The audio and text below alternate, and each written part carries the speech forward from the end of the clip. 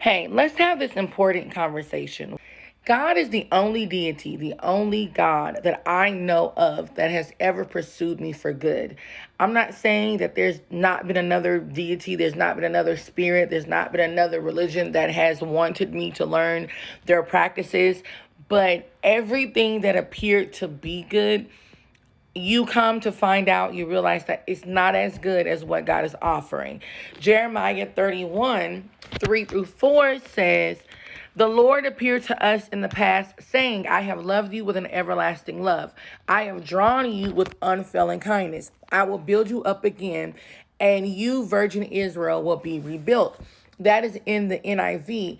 The reason why I have this thought is because I just be thinking that I love God so much, but there's times where I'm frustrated, I'm flustered. I'm like, God, you're not doing your job, right? That's being human. But God, you're not doing my job. But when I think of every other religion that I would want to try, every other practice I would want to try, if I think of any other deity that I could potentially call on, the name of Jesus is the only one. Jesus is the only deity. God is the only deity, Father, Son, and Holy Spirit that I know of that has promised me restoration and wholeness. You can do what you want to do, but Satan, every time he's pursued me in any other religion outside or any other practice outside of following Yeshua, I've never been pursued with a loving kindness. I've never been pursued to make me know and believe and trust and see evidence that the things I feel bad about in regards to my past and things that have happened to me or things that I've done can be redeemed. No other deity that I have met, I have come across, that I have seen practices, I have studied things that have made me know that I am redeemed and that my character and my life will be restored. There's always been, you can meditate, you can try, I'm not even going to name the religions and the practices. You can do all these things, but they do not have a redeeming quality. You can learn some tricks and tips and the magic and all the things can work, but they will never restore what's broken in you. Listen, Satan pursues us after or even before we realize God wants us, but Satan pursues us the moment that we are on this earth, and there is a potential that we can answer the call of God.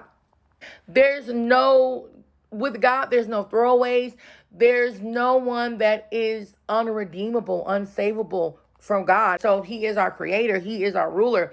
He's sovereign of all souls, every soul that's ever to be born in this earth. He is the creator, the ruler of that soul, whether they think so, whether they want to or not. Yet, even if you are fighting him and you're going through your own stuff, you're rejecting him, he still fights for you. He runs to get you. He leaves the 99 for the one. He hurts. He is a father longing for their prodigal son or daughter to return. And he's waiting and hurting and hoping, you know what I mean? He is wanting you to be as close to him as you're searching for something else to fill you. So that's why I choose Jesus.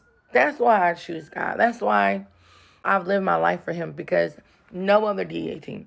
Everything that Satan offered, like he offered Jesus on, John 4 or Luke 4, when after Jesus had fasted he was fasting for those 40 days, 40 nights, and Jesus was taking him to the mountains and Satan was tempting him.